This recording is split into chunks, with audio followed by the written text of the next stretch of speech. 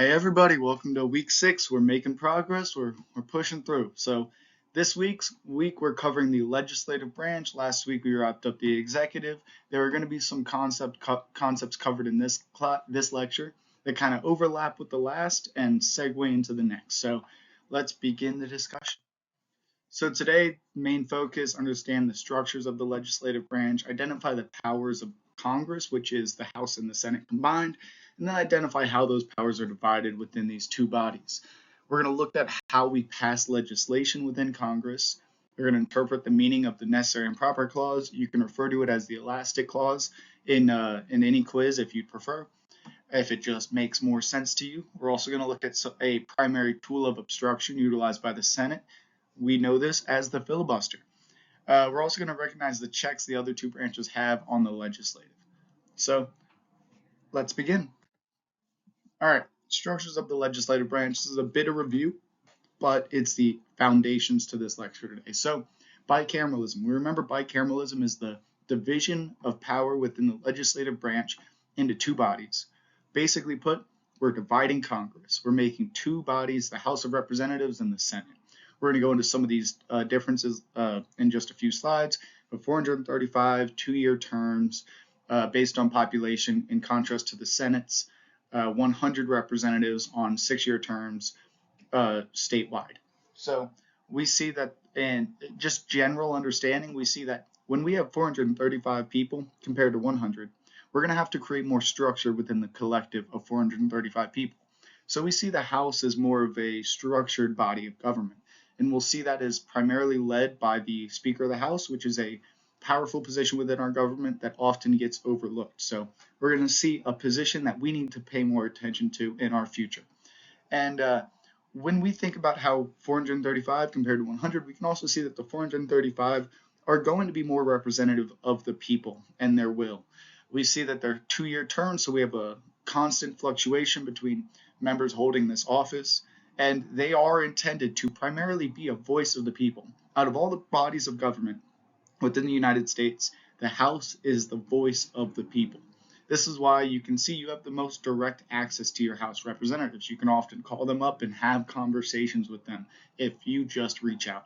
Just like in this class, if you reach out, you'll be blown away by the help you can get. If you don't reach out, you'll always be unsatisfied. So we often see that the House purposefully is intended to be ideological and emotionally motivated, as the general population tends to be as well. Well, the Senate acts in contrast to this. The Senate acts as the cooler to the saucer to the House's teacup. Now, that's a outdated phrase. I barely understand that. But basically think of the House as emotional. They'll have a lot of spillover. They'll have excessive actions. But when they have excessive actions and there's that spillover, it falls out onto the cup, the saucer, the teacup of the tea plate or saucer, whatever, I don't know the term, of the Senate. So generally speaking, the Senate is the cooler, the more tempered-minded individuals. They have 6-year terms. Their governing is not entirely reliant on every single individual action, while House representatives can see that as the truth more clearly. So the Senate, it tames the voice of the people. This is a check on the emotions of the House of Representatives. That's why we see in the impeachment process, the House is the one that has the first vote, and the Senate is the one that has the second vote to remove the president. And we've never seen the Senate vote to remove a president. So this is the general information that we definitely have to understand. So when it comes to what Congress does, the general functions are listed. They have the public education function. They have agenda setting powers. They determine the funding that goes to our public schools.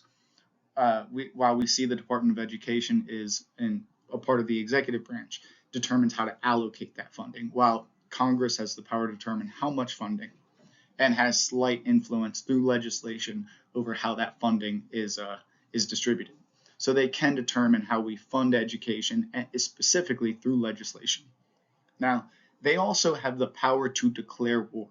Now, the president can mobilize troops for up to 60 days, but without congressional approval past 60 days, we cannot be a part of international conflicts. So our Congress has the responsibility, not just the power, but the responsibility, the sole responsibility to declare war.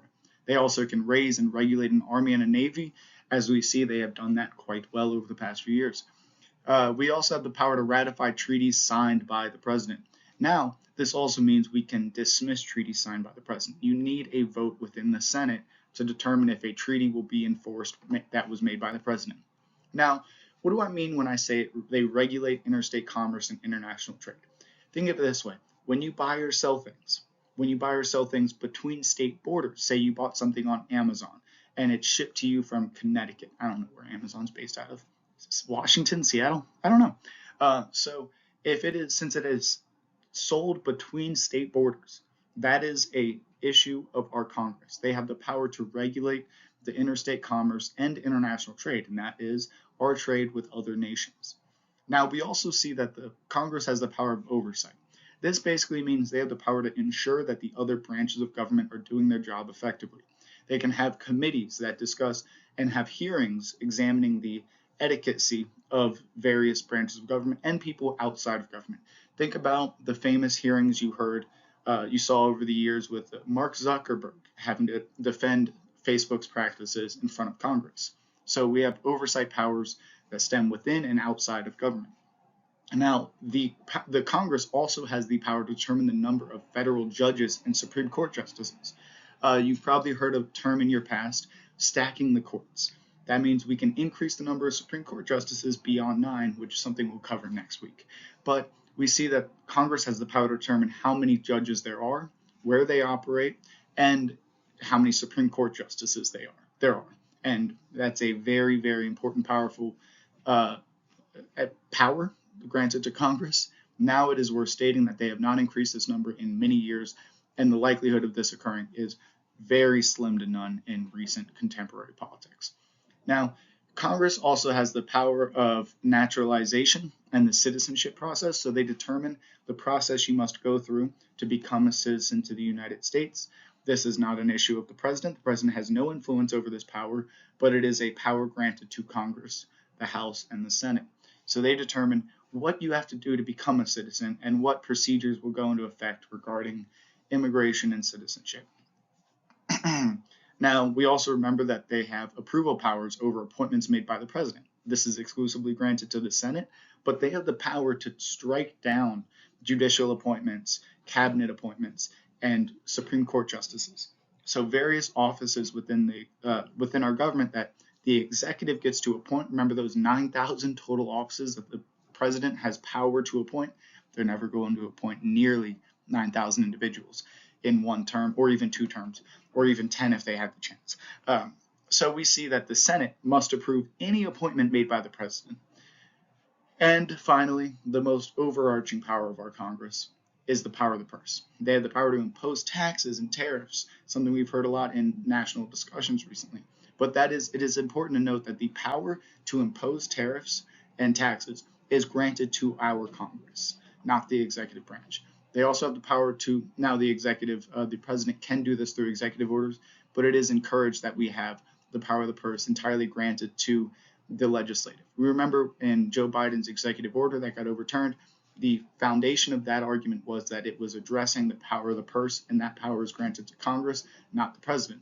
So we see that is why we have minimal powers granted to the executive when it comes to taxes, tariffs, and anything regarding student loan or finances. So in addition, Congress can borrow funds, print currency, regulate its value through interest rates, not interest rates, that's left to the Fed. That's another discussion when we dive into the weeds of these concepts. But they can regulate its value through soft powers. They can determine bankruptcy laws, postal service, infrastructure funding. They determine the funding of all branches of government, all responsibilities of our government. So we can see here, we have to remember the vast majority of these powers. There will be a question that might ask, name 5 things that Congress can do on the quiz. You better be able to answer 5 of these accurately. So, why does Congress have so much power? Well, one of the foundations to this is the necessary and proper clause within our Constitution. Now, this is also known as the elastic clause. It grants the federal government the powers to do whatever is necessary and proper to protect the nation, but most importantly, it grants Congress the powers to do whatever is necessary and proper. This provided the basis for the expanding of the national government that happened in the 1930s and has happened throughout various points in U.S. history. This also is what constituted the strengthening of Congress to act as a more adequate check on the expansion of presidential powers, as well as the expansion of congressional powers. So the necessary proper clause is as stated below. The Congress shall have power to, quote, make all laws which shall be necessary and proper for carrying into execution the foregoing. I can't see that because my video, but you can move the video around. And all other powers vested by the Constitution of the Government, United States, or any department of officer or officer thereof. One example of how the necessary and proper clause allowed us to expand government rule is through airport security after 9/11. Remember, the crisis happened in 9/11, which we do not have to go over in detail, but we see that after this, in response, the U.S. government nationalized airport security under the necessary and proper clause and expanded the control of governmental powers. Now, let's rewind a bit. Let's remember the House and the Senate.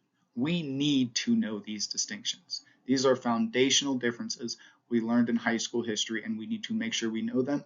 I almost feel bad having to cover them, but it is very important we understand this. The House of Representatives has 435 members. This is based off of population. Remember, this was the compromise made within the Great Compromise that established bicameralism and allowed for the House to be based off population and the Senate to be equally distributed. Now, the House has many local districts. This is kind of reiterating the point that it's based off population. They serve 2-year terms, and there are 435 of them. Now, the Senate, it's a nice round, even number of 100. 50 states equals 100 members when you give every single state 2 senators.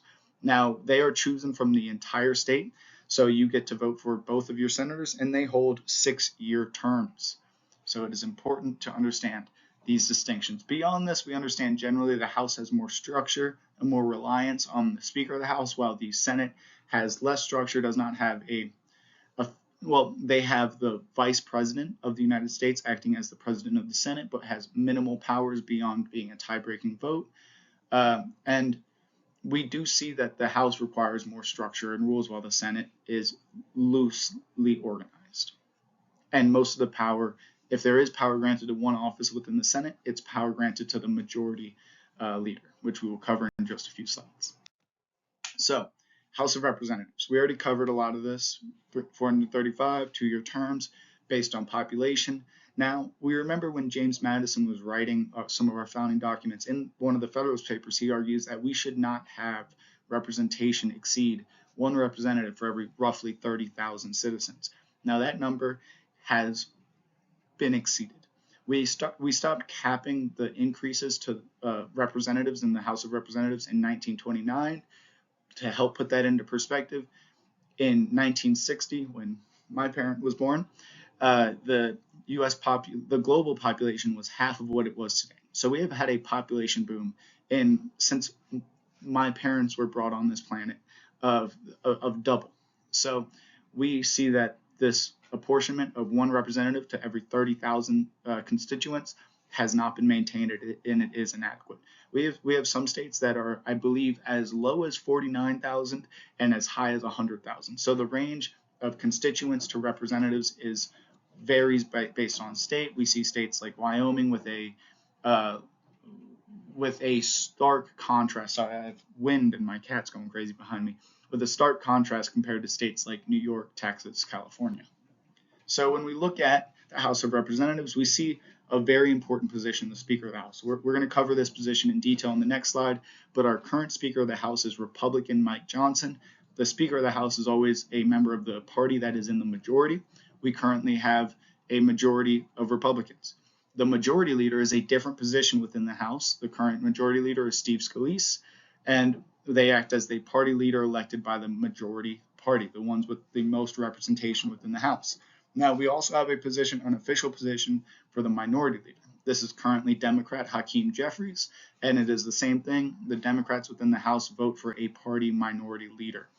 Now, they are granted minor powers, which we will not cover in detail today, as we will focus primarily on the Speaker of the House. Now, we also have whips. There are multiple whips within each party, and these are kind of individuals that are intended to mobilize votes, try and whip the floors, whip votes for a certain piece of legislation that is stemming from their party. Now, it is also worth noting the apportionment cap in 1929 has not been truly consistent. In 1959, we had an increase to 437 representatives when we added Hawaii and Alaska, but the next census kind of evened that out. And every time we have a census, we have a shifting of House representatives, as the most recent census gave Montana, the state of Montana, an additional House representative compared to how it was before. Now, Speaker of the House. Now let's look at a little bit of history and then a little bit of overview of the responsibilities of this position, because I will always say this is the position within our government that we overlook, that deserves the most attention, because it is absolutely, undeniably one of the most powerful positions within the U.S. federal government. So the current Speaker of the House is Mike Johnson. This is maintained because the majority party within the House of Representatives are the Republicans. Now, Mike Johnson did not have his post since the beginning of this majority rule. He maintained his post in October 2023 after Speaker of the House Kevin McCarthy was ousted from his position by a vote of primarily Republican representatives in addition to all Democrats. This was a division within the Republican Party at the time. We will not go into detail on it, but it is a rare occurrence to have a Speaker of the House ousted and a new one implemented. And that is what led Mike Johnson to obtain his office in the Speaker of the House after 4 other individuals ran for the office and did not get the vote by their fellow House of Representatives. Now let's look at the position at large. What is the responsibility of the position? Well, they appoint members to select committees. Now they appoint not to every single committee, but to some of the most influential. The House Rules Committee, the House Intelligence Committee, the Steering and Policy Committees. The Steering and Policy Committees have a large role in determining other representatives to be appointed to other committees. So we see the influence of this being immense. And when we cover committees, you will see how important the individuals who operate within them are.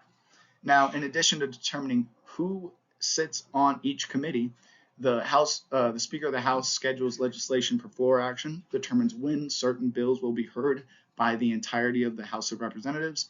They also have a significant role in the impeachment proceedings as they reside over the impeachment proceedings, the impeachment process which occurs within the House of Representatives. They also interpret the rules of the House, which can lead to significant shifts in etiquette and behavior of House representatives while on floor or representing their constituents within the national government. Now, they also have the power to determine rules regarding debate within the House, similar implications, but also it does impact the etiquette of how representatives behave themselves on the House floor, how accessible promising debate is, or how non-accessible it may be, is determine it based off of these rules and the interpretation the Speaker of the House has of these rules. There is a Senate and a House rule book with loose rules that these representatives must follow when behaving as representatives. Now, we also see that they have the power, one of the most important powers is to refer certain bills to appropriate standing committees. Now, there are committees designated to address every specific issue, from education, healthcare, immigration to trade. There are specific committees tailored to this. We have our Senator Jon Tester, who sits on the Immigration Committee. Now, we also see that the Speaker of the House has the power to refer specific bills to these committees, ensuring that a bill addressing education or education and immigration goes to the committee that best can address it and debate the merits of this legislation. In addition to all of this, an often overlooked aspect of the Speaker of the House is that they are second in line to becoming the president if crisis were to strike the nation. That being said, it is the president, the residing president. Next in line is the vice president. And if the vice president is unable to take the office of presidency, if something were to occur, the Speaker of the House of Representatives will become the President of the United States. So we see this as the most powerful position within our federal government, one of the most powerful positions. And we often overlook it, and we probably do not know who Mike Johnson is. But let's pay attention. Let's understand the influence that the Speaker of the House has, and let's direct our attention towards this office instead of just the one of the presidency. Now, let's talk about the Senate as well. The Senate, just generally, we understand has a less organized leadership structure. We have the Vice President of the United States acting as the president of the Senate. Now, the responsibilities granted to the president, the vice president in this environment are minimal. They primarily act as the tie-breaking vote and preside over hearings within the Senate, although there are often representatives who can take their position on a short-term basis when it comes to events that don't require a tie-breaking vote. Now, we also see the Senate Majority Leader. This is currently Charles Schumer, a Democrat representative, because the Democrats have the majority control of the U.S. Senate. They are representative for the majority party. Now we have the Senate Minority Leader, a known individual by the name of Mitch McConnell, a Republican, because he is in the current minority party within the Senate. Now, they, of course, act as a minority leader. Now, the Senate Majority Leader has the most power within the Senate, although power within the Senate is pretty evenly distributed for the most part. The Senate Majority Leader can set the agenda, appoint select committee positions. Now, not even close to as many that the House has the power to appoint. They can appoint very, very select committee positions, and they can manage general Senate business, which primarily means interpreting Senate rules and having control and say over etiquette within the Senate floor. Now, let's look at this lawmaking process. The next slide, we're going to go through the 4 steps to passing legislation, and if you Google it, it says more than 4, and this is the objective truth on the next slide. We just give it more a generalized understanding. So don't you go Googling questions on this next quiz. I will know, and I will be very sad and disappointed. So let's go.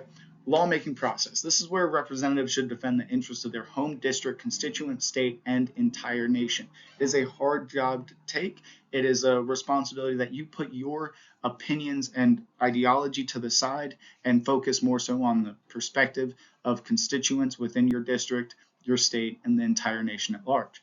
So throughout the lawmaking process, we're going to run into a couple terms. These 3 terms right here, I think, are essential to understanding exactly how lawmaking occurs and to really understand what you're hearing on the news when you turn it on.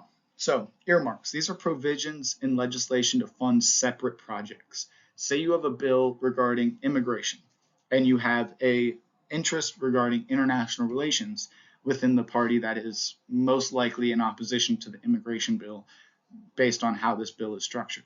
Well, they can make an earmark within the immigration bill saying that we will provide an additional $10 million in funding to this international relations conflict, and then they would sign on the bill.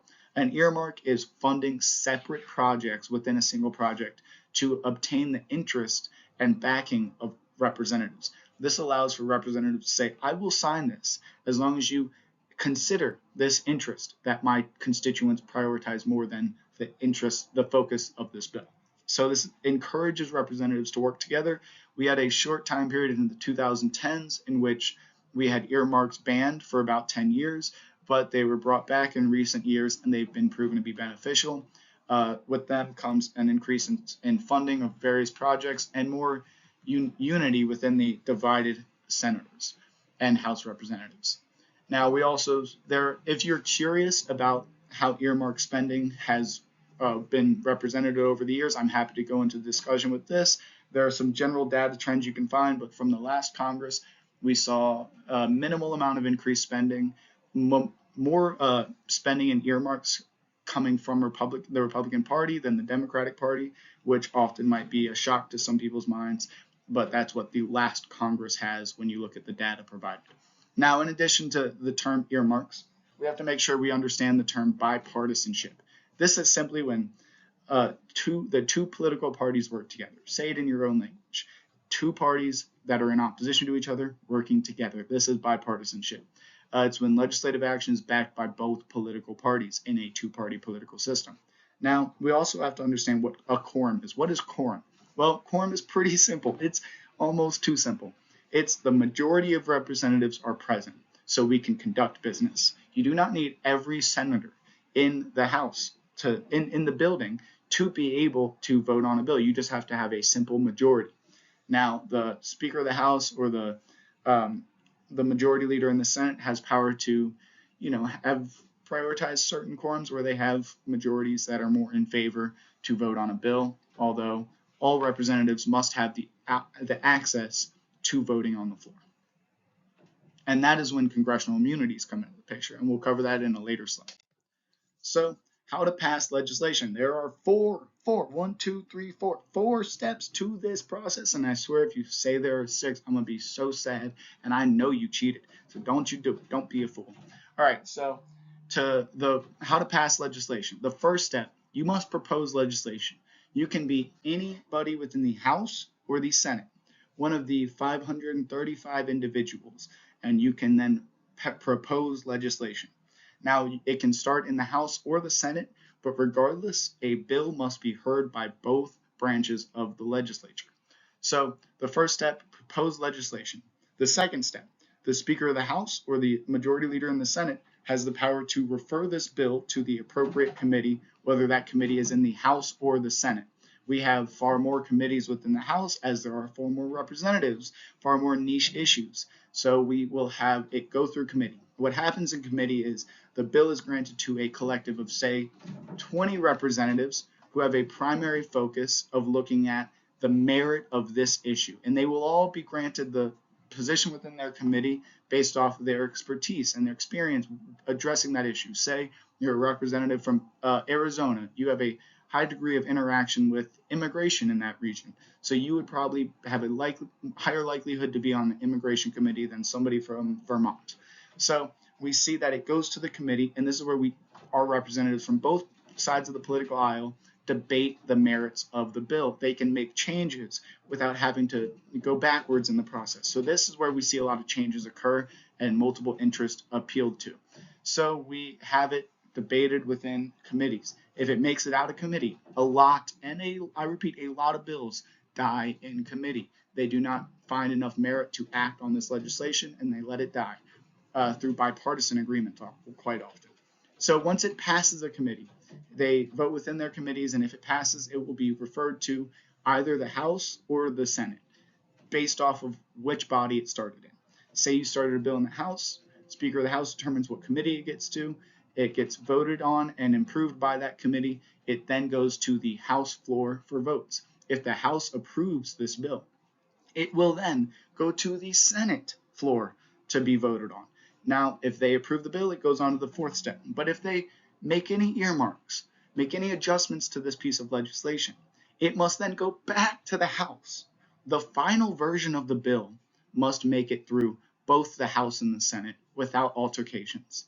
So if it makes it through that process with a simple majority in both bodies, it then gets brought to the desk of the president.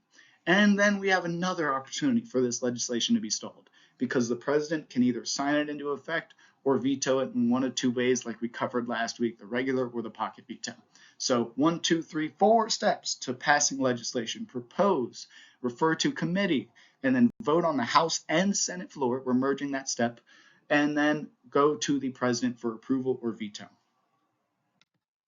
So congressional committees, we just talked about them, I just introduced them, but what exactly do they do? This is where bills are truly debated.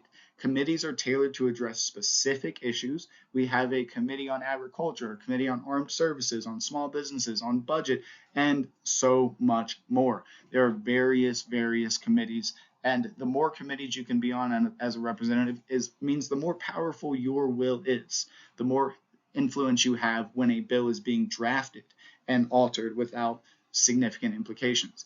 So again, this is where a bill gets sent after it's been proposed by a representative. This is where you see consistent debate. This is where we truly have bipartisan discussions and altercations to the bill. We change the certain dimensions of it. And then if it makes it out of a committee, it will go to the floor for a general vote. But committees also have more power beyond just debating bills. They also have the power to investigate issues of governance or the applications of legislation through oversight. We have the Committee on Oversight and Accountability and various others, and we can also see temporary committees being created by the president or by various members within the Senate or the House. So one of these committees, we've seen a committee on the events of January 6th. We've seen committees in the past on oversight over Benghazi. We've seen committees over etiquette among presidents. So they have a significant power of ensuring that those within our government act adequately through oversight committees. Now, let's look at a tool of obstruction that's persisted in the U.S. Senate for years. This tool is known as the filibuster. The next three terms we cover in this slide are ways that we can minimize the harm of the filibuster. But let's just really quickly understand, what even is the filibuster? Well, the filibuster is a senator's, and this is a power given exclusively to the Senate, an important note. This is a senator's ability to just say we cannot vote on this bill because we need to debate further this bill or appointment, because they also have the power to debate appointments, and they can use the filibuster at this time as well. So they will continue debate through an unlimited fashion. This historically is where you see representatives standing on the Senate floor reading Green Eggs and Ham or citing Jay-Z. They have to continue talking. Now, in recent years, we've seen the development of a silent filibuster. That's a discussion for another time if you have an interest in writing about this concept. But I want to make sure we all understand generally what a filibuster is and how we can end a filibuster. So a filibuster is expanding debate for an unlimited amount of time. This is primarily intended to delay the voting of the bill to the point where it is no longer eligible. And then you can block bills or nominations doing this quite effectively. Wait till you don't have the correct quorum to be able to vote in favor of the legislation. Now, how do we end a filibuster? Well, there's a thing called cloture. Some refer to it as Rule 22. And so where you can end debate if you get 16 senators to sign a petition that requests an additional 3/5 of the entire Senate to vote in favor of ending debate. So you need a supermajority to end the debate. 60 senators to vote for cloture, for them to be able to shut up that one guy who won't stop talking. Lightheartedly speaking, of course. Now, each senator can speak for a max of 1 hour after cloture, and then they have to vote. No more than an hour, and then the vote must occur at the end. Now, you can also have reconciliation. This is a way to avoid a filibuster because it is an important budget-oriented bill. If we really need to pass a budget to avoid a government shutdown, you can maintain reconciliation within this budget bill, and it will not be and senators will not have the power to filibuster. Now, we have also heard of one other thing that we've probably heard of many times in the news, and it has been utilized in the past. This is the nuclear option. The nuclear option simply makes it where you just need a simple majority within the Senate on a vote so you can abolish the filibuster. So one time we saw this in U.S. history. Actually, we're going to wait till the next slide to tell you about that. Important point from this slide is a filibuster is unlimited debate. It is a senator's ability to expand debate for an unlimited amount of time to delay votes on legislation or nominations. Now let's look at some of the history of how the filibuster has been used. For one, it is exclusively granted to the Senate. And when we look at the filibuster, it is in no way a part of our U.S. Constitution and was not a part of the founders' visions. Apologies. Now, we look at the purpose of a filibuster. The purpose of the filibuster was to strengthen the minority group's power within Congress. But an unintended impact was that it excessively strengthened the minority voice, often restricting the power of majorities to enact required legislation. And we see there were 2 points in U.S. history where the filibuster peaked in its use. Those 2 periods were contemporary politics, which is today, the modern day, and the increases in polarization that is present within our representatives and the lack of bipartisanship that have resulted to the heightened use of the filibuster by representatives like Mitch McConnell and many others. And we also see that it was utilized quite heavily in the civil rights era, stemming between the 50s roughly to the 70s. And we can move on from here. The filibuster originally stems from a Dutch word for the word pirate, if you're curious about that. And we also have in our history, President Barack Obama said in his eulogy for Congressman and civil rights leader John Lewis that the filibuster, and referred to the filibuster as a, quote, Jim Crow relic, as something that we must abolish over the years, primarily because of how heavily it was used against civil rights legislation throughout its history. We can even see that a study conducted by political scientist Sarah Binder and Stephen Smith of the 30 measures that were derailed by a filibuster successfully between 1917 and 1994, well, exactly half of them involved civil rights. So we can see that this was primarily used against civil rights legislation. Now, that's one time period in which the filibuster was used in absolute excess, but that second time period we have not covered yet. And I want to illustrate that because it is very recent in our news. We had impacts that are still persisting that were done because of the response to the heightened use of the filibuster. So, to tell a bit of history of the filibuster, we had used the filibuster 82 times in our entire history prior to 2008. I mean, from George Washington until Barack Obama's first term as president in 2008, we had the filibuster utilized 82 times against judicial nominations. That is every single president prior to Obama. Now, in just President Barack Obama's 2 terms as president, there were 86 filibusters on judicial nominations. That was in 2 terms, we had more filibusters than we had in our entire U.S. history prior. And that led Democrat Harry Reid to utilize the nuclear option on judicial appointments exclusively, also excluding the Supreme Court in the year 2013. Now, what does this mean? Instead of requiring 60 votes, you only need a simple majority, 51 votes within the Senate, to allow a judicial nomination to be passed. And this was done exclusively pertaining to judicial federal appointments. This is still in effect. They did not include Supreme Court justices because at the time the argument was that the Supreme Court is a very influential office, as Supreme Court justices have lifelong terms. We must always allow for debate, and Harry Reid utilized the nuclear option to address the issue that came with the 86 filibusters that existed prior. So they did not include the nuclear option for the Supreme Court. Now, in recent years, after the struggles to appoint the Supreme Court justices during President Donald Trump's term in office, we saw that the nuclear option was utilized by Mitch McConnell to enable Supreme Court justice appointments. So, a deep history of the filibuster, which has led to the restructuring of how we appoint federal judges in recent years, due to its overuse in the perspective of many. Now, let's talk about congressional immunities.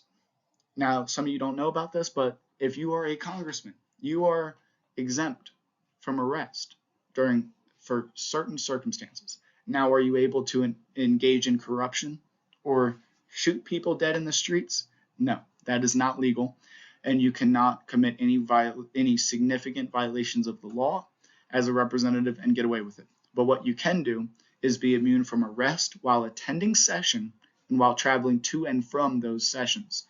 I like to use the simple example. If you are late to get to the Senate floor to cast your very important vote, a police officer cannot pull you over on the highway for speeding and hold you up for so long that you are unable to make it to the vote in time. Now, this also expands beyond that. Our Constitution says, quote, "Freedom of speech and debate in Congress shall not be impeached or questioned in any court or placed out of Congress. And the members of Congress shall be protected in their persons from arrest and imprisonments during the time of their going to and from attendance on Congress, except for treason, felony, or breach of peace," I think is what it says. The video boxes it out. But they cannot commit significant violations of the law, but they can be immune from arrest under certain circumstances that might restrict them from being able to cast their vote, or from even lawsuits that restrict them from being able to speak openly on the Senate floor or the House floor. Now, they cannot say anything they desire, but they can speak. They can be protected from lawsuits for acts that they engaged in on the Senate floor. It's basically saying, if you gave a speech against Exxon saying that we need to address the monopolization within that market or whatever it may be, Exxon then cannot sue you for libel or slander laws.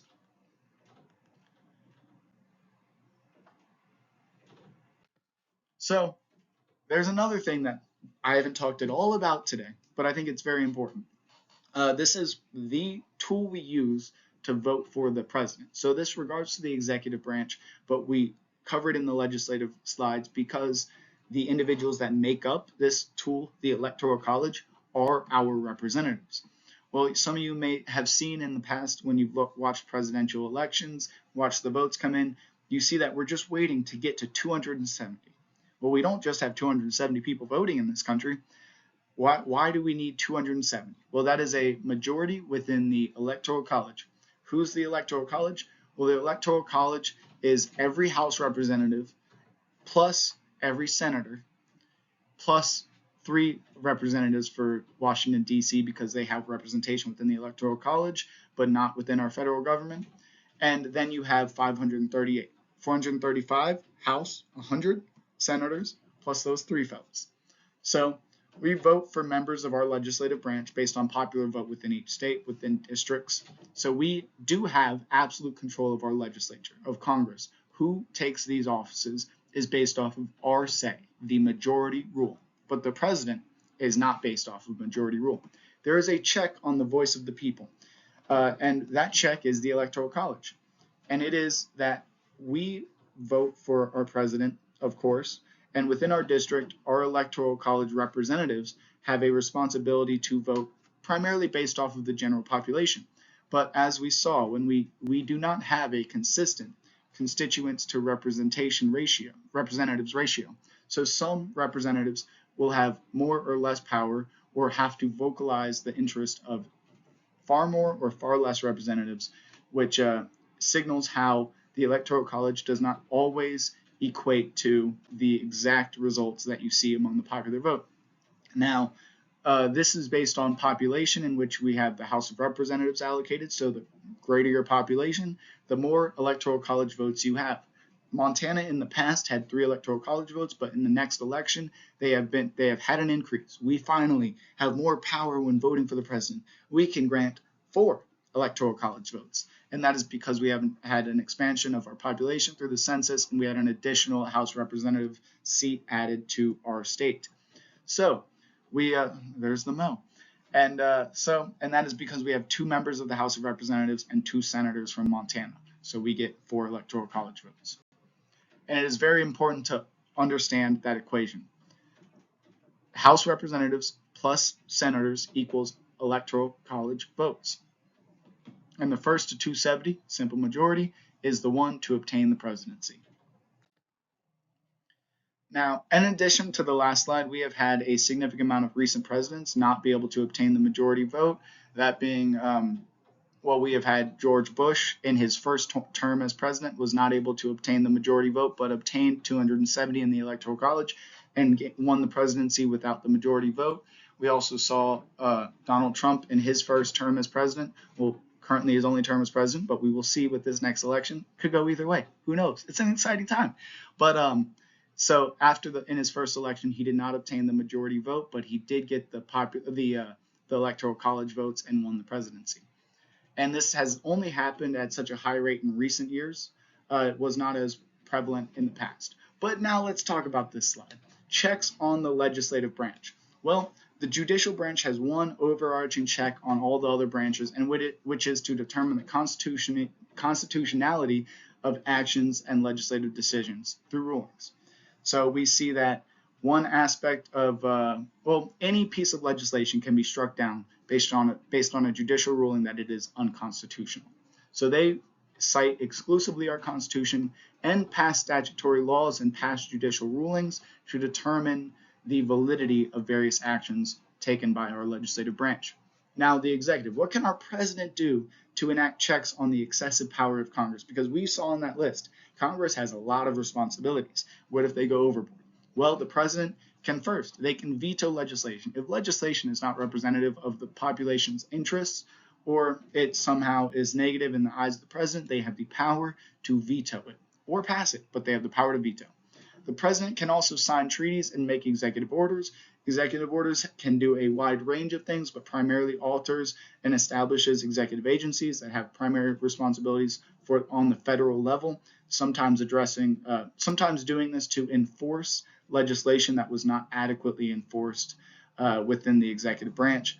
There is a wide range of things executive orders can do, but they can act as a check on the legislature at times. Now, the president can also call special sessions in Congress. They can call for the gathering of representatives in times of need, times of emergency, in times where we have emergency crises and whatever may occur that might threaten our national government and requires debate and congressional responsiveness. So here are the general things. We have a lot to remember from this week's slides, but a lot of these points are foundations that we learned in high school. So that's why there's so much. We're building on what we learned in the past, and we're finally learning it on a college level. We're not just learning the House and the Senate, but we're learning exactly why they operate the way they do. Some very important positions within these branches, like the Speaker of the House and the Majority Leader. And really, I really want to make sure we emphasize how important it is to look at these slides. Right here, you got the questions, and you got a bunched up set of answers right here. So, what to do? I get a lot of emails every single week about what's due, but if you're listening to this slide, I'm assuming you're probably not the one emailing me. Everything is available in the Contents tab, and I'm giving you a little overview on what to expect in the future, the next upcoming weeks. So for one, you have your previous discussion. Provide one post to that discussion following up on what a classmate said to your original post. Also, go through your readings. These readings are very important. They help build understanding. They help elaborate on concepts that I can't go into detail on through these slides. Prepare for the quiz next week. Next week's quiz is going to cover the 3 branches of government. Every single bullet point on the What Do We Learn slides can be on that quiz. It will have the same structure as the past, 15 to 20 questions, majority written response, but about 40% multiple choice. Reach out if you have any questions. It is closed note. Do not Google. Do not use your notes. I know who does that. If you got away with it on the first quiz, don't keep trying. Don't. It's not smart. I see you. I was recently a college student. I know how it works. Don't be stupid, because that just makes us both have a lot of work that we don't need to do when you could really just take a quiz honestly. Just take a quiz honestly. And then we have the midterm due the week after, which is going to be a 1-page essay. It's going to be your introduction paragraph to your term paper. Now, I will post I might record a video with it. I might not. I might just post the PowerPoint I have, the 5-point PowerPoint on how to write your essay for the term paper and how to write your midterm essay. So please refer to that and email me if you have any questions about it. I'm happy to work with you, but I really recommend you begin working on it this week. So, in addition to that, I want to make a quick comment about this class at large. This is complex because this is an American government course during an election season. And we're covering some concepts that do relate to the upcoming election, and we will cover 2 weeks where we cover political parties and then campaigns and elections in another week. And we're really going to dive deep into the things that are happening right now at that time. But it is very important that we understand there are 2 sides of politics and government. I say there's politics. There's what you see when you turn on the news. You see something that will probably make you feel an emotion and connect to an ideological belief you may have. And then there's government. There's the objective foundations of our structure of government, our Constitution that we rely on, that will be universal for all of us, no matter what our partisan beliefs are. We are studying government in this course. We are studying the objective truths that underlie both political ideologies, both parties' actions. There is more consistency among our parties than we may seem, especially at a time when there is such heightened division. And we must rely on the foundations that we both understand as true, the objective facts of American government, and not be distracted by sentiments and preferences. I myself have bias and preferences, but what I teach in these lectures is objective truth. And I am happy to have discussions later on, and more so, hopefully at the end of this semester, about my opinions and beliefs. But it is more important that I do not guide you in what your beliefs are. This is American government. We have power to vote, and it is important to learn how to vote. Not who to vote for, but how to vote, how to appeal to our beliefs, see the policies that impact us the most, understand the positions that are held most accountable for these actions, that we may love or not love, we must learn an objective foundations to the systems that we live within, and not what we think about this system. So please, let's have objective conversations and bipartisan attempts to understanding government around us. So, thank you guys. Sorry for my little lecture there, but again, thank you guys for listening. I'll be here to talk at any time. Email me anytime. Text me. If you call me, I might not answer, but send me a text so I know what you need, and I'll get to it right away. Thank you guys. See you next week.